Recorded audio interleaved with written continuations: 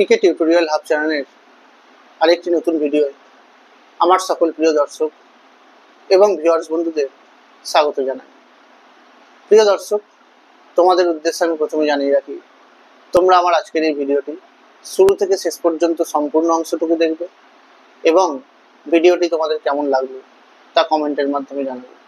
তোমাদের এই কমেন্টগুলোই আমাকে পরবর্তীতে আরও এই ধরনের বিষয়ভিত্তিক ভিডিওগুলি তৈরি করতে উৎসাহিত করবে। তোমরা তোমাদের সহপাঠী এবং বন্ধুবান্ধব ও আত্মীয় স্বজন যারা এই শিক্ষার সঙ্গে যুক্ত আছে তাদের মধ্যে এই ভিডিওগুলি শেয়ার করবে, যাতে তোমাদের মতো তারা এই বিষয়ভিত্তিক ভিডিওগুলির মধ্য দিয়ে উপকৃত হতে পারে। পশ্চিমবঙ্গ উচ্চ প্রাথমিক শিক্ষা সংসদের ষষ্ঠ শ্রেণীর বাংলা বিষয়ে গল্প শহীদ যতীন্দ্রনাথ দাস নিয়ে আলোচনা করব। এই যতীন্দ্রনাথ দাস সম্পর্কের যে অধ্যায়টা আছে, এই অধ্যায় থেকে আমি প্রথম পর্বের ভিডিওয়ে যতটুকু অংশ নিয়ে আলোচনা করেছিলাম, আজকে ঠিক তার পরবর্তী অংশটুকু নিয়ে আলোচনা করব। শহীদ যতীন্দ্রনাথ দাস তিনি জন্মগ্রহণ করেছিলেন 1904 সালে। আর এই ঘটনা শুরু হওয়ার পর থেকে 1924 সালে যখন শচীন সান্যালের সঙ্গে তার সাক্ষাৎ হয়েছিল, সেই সময় শচীন সান্যাল ভারতের সব প্রান্তের বিপ্লবীদের এক ছাতার তলায় আনার জন্যই হিন্দুস্তান সোশ্যালিস্ট রিপাবলিকান অ্যাসোসিয়েশন নামে একটি সংস্থা গঠন করেছিলেন। এই সময় প্রয়োজনীয় পিস্তলের সমস্যা মেটানোর জন্য খিদিরপুরের ডক অঞ্চলের আশেপাশে এই যতীনের সক্রিয়তায় তিনি সহ আরও অনেকজন মিলে একটি পিস্তল এবং বোমার গোপন দোকান গড়ে তুলেছিলেন।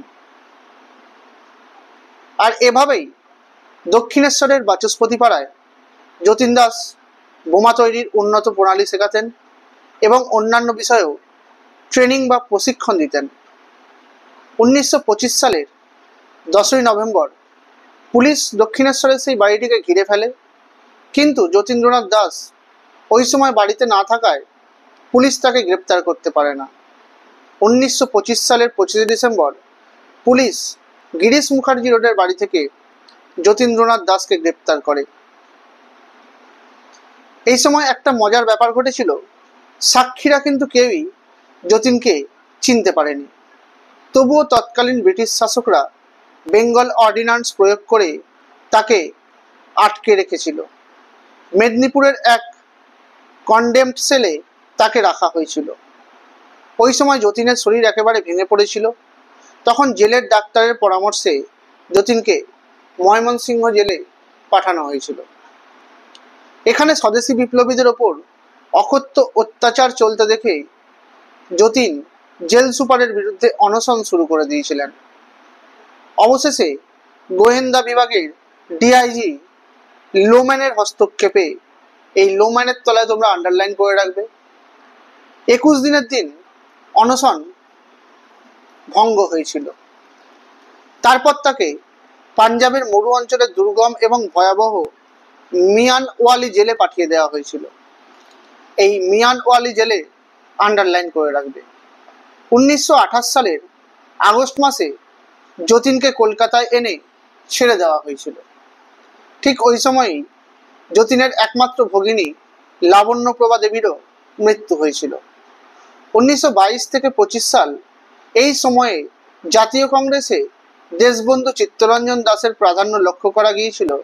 আর ঠিক এই সময়তেই সুভাষচন্দ্র ছিলেন দেশবন্ধু চিত্তরঞ্জন দাসের ডান হাত স্বরূপ।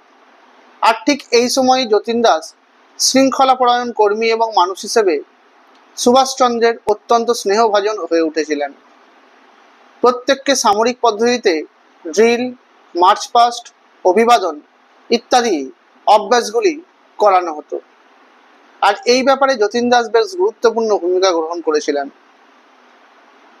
তাছাড়াও যতীন দাস সেই সময় সাউথ ক্যালকাটা ন্যাশনাল স্কুলের অবৈতনিক শিক্ষক হিসেবে যোগদান করে ছাত্রদেরকে ড্রিল শেখাতেন। অবৈতনিক শিক্ষক বলতে তাদেরকেই বোঝানো হয় যারা কোনো পারিশ্রমিক ছাড়াই, অর্থাৎ বিনা বেতনে শিক্ষাদান করে থাকেন। এই কথাগুলি সুভাষচন্দ্র স্বয়ং যতীন্দ্রনাথ দাস সম্পর্কে লিখে গিয়েছিলেন সুভাষচন্দ্রের লেখা বই ইন্ডিয়ান স্ট্রাগলে। 1928 সাল থেকে সাইমন কমিশন বিরোধী আন্দোলনের সময়ের ঘটনার কথা বলা হচ্ছে, অর্থাৎ জাতীয় কংগ্রেসের অভ্যন্তরে এই সময়ে মতপার্থক্য তৈরি হয়েছিল। জাতীয় ঐক্য বজায় রেখে কংগ্রেসের মধ্যেই বামপন্থী সদস্যদের অবস্থান শক্ত করার জন্য সুভাষচন্দ্র বসু এবং জওহরলাল নেহরু ইন্ডিয়ান ইন্ডিপেন্ডেন্স লীগ বা ভারতীয় স্বাধীনতা সংঘ প্রতিষ্ঠা করেছিলেন। যতীন্দ্রনাথ দাস সুভাষচন্দ্রের পথই শ্রেষ্ঠ পথ বিবেচনা করে ভারতীয় স্বাধীনতা সংঘকেই সমর্থন জানিয়েছিলেন। এই জাতীয় কংগ্রেসের সঙ্গে মতপার্থক্যের জন্য ভগৎ সিং, ভগবতীচরণ শুক্লা এবং আরও কয়েকজন কংগ্রেসের প্রতি আনুগত্য প্রত্যাহার করে নিয়েছিলেন। ঠিক এই সময় ভগৎ সিং পাঞ্জাবে হিন্দ নওজোয়ান সভা নামে একটি বিপ্লবী দল প্রতিষ্ঠা করেছিলেন।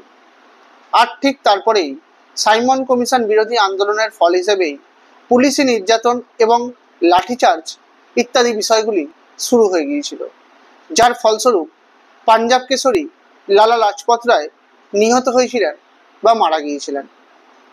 পাঞ্জাব কেশরীর মৃত্যুর প্রতিশোধ নেওয়ার জন্য ভগৎ সিং পাঞ্জাবের পুলিশ প্রধান মিস্টার স্কটের সহকর্মী মিস্টার স্যান্ডার্সকে হত্যা করে কলকাতায় পালিয়ে এসেছিলেন।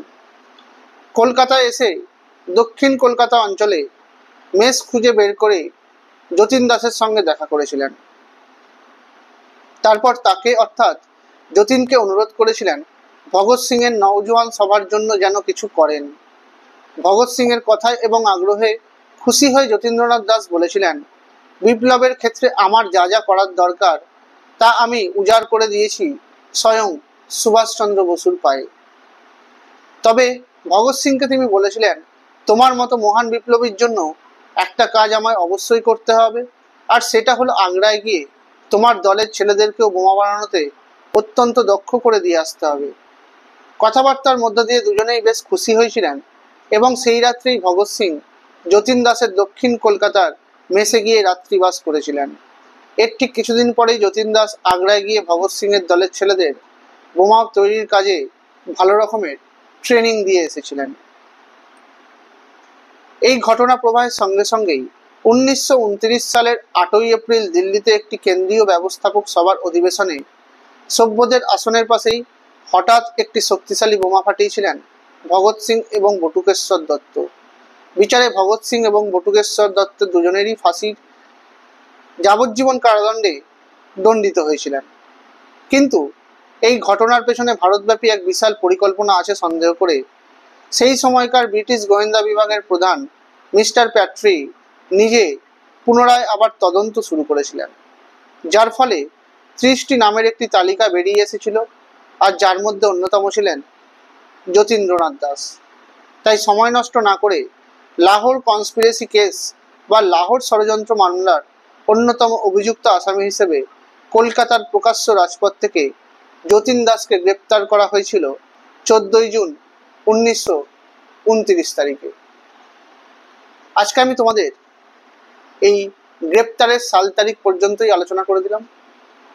এই পাঠ্য গল্পের বাকি অংশটুকু পরবর্তী ভিডিওতে আলোচনা করব। তোমরা আমার আজকের এই ভিডিওটি লাইক করে দেবে, কমেন্ট করবে, শেয়ার করে দেবে। আমার চ্যানেল নতুন দেখে থাকলে চ্যানেলটি সাবস্ক্রাইব করে দেবে, পাশে থাকা বেল আইকনটি প্রেস করে দেবে যাতে তোমরা আমার ভিডিও নোটিফিকেশনগুলো পেতে পারো। তোমরা আমার ফেসবুক পেজে ফলো করে দেবে আর ইনস্টাগ্রামেও ফলো করে দেবে। ধন্যবাদ।